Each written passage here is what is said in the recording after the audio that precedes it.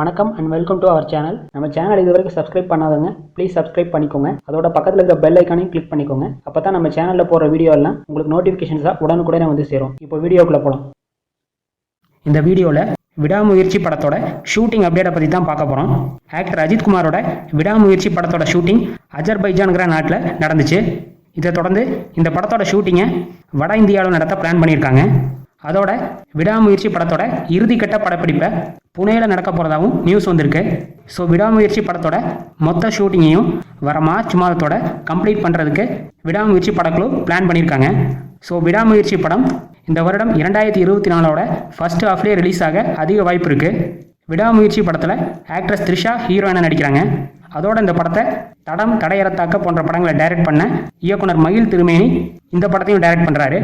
விடாமுயற்சி படத்தை Lyca productions produce பண்ணுறாங்க. இந்த நியூஸ் பற்றி உங்களோட கருத்துக்களை கமெண்ட் செக்ஷனில் சொல்லுங்கள்.